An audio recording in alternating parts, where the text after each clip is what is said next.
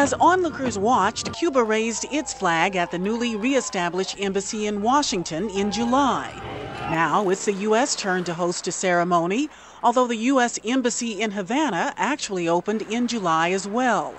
The newly expanded engagement between the two countries may result in only minor changes for the average Cuban because the U.S. trade embargo remains in effect, says international relations professor Philip Brenner. Still, he says the change is significant.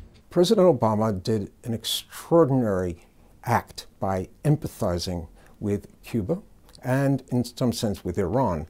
And that is the way the United States is going to succeed in the future. But as the Cuban government continues its clampdown on dissidents, some say the U.S. should have held back on efforts to normalize ties until Cuba showed a greater human rights commitment. Anti-Castro activist Frank Calzone spoke with VOA via Skype. The Castro government has been emboldened by the engagement of the United States because the administration has yet to pressure the Cuban government on the issue of human rights. It's a view shared by a Cuban-American lawmaker. We are so hungry for this deal that we're willing to overlook 100 peaceful dissidents arrested just a few hours before the opening of our embassy. It is atrocious.